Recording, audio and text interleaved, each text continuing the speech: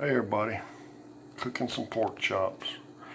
About to put some seasoning on them. I'll put some garlic, onion powder, some Lowery seasoning salt, and I don't know whatever else I got in there.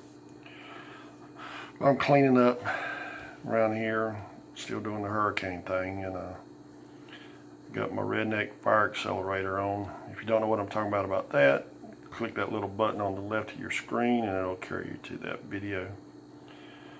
But I just need something to give me a little bit of oomph to keep on going. And I'm cooking for my supper too. And I'll show you what else I'm cooking. I love red potatoes.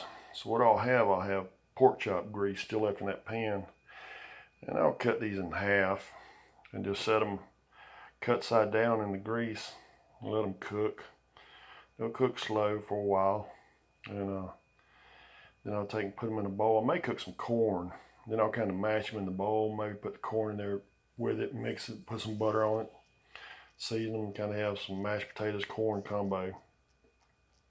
But that'll give me enough where I can make it through the rest of my day.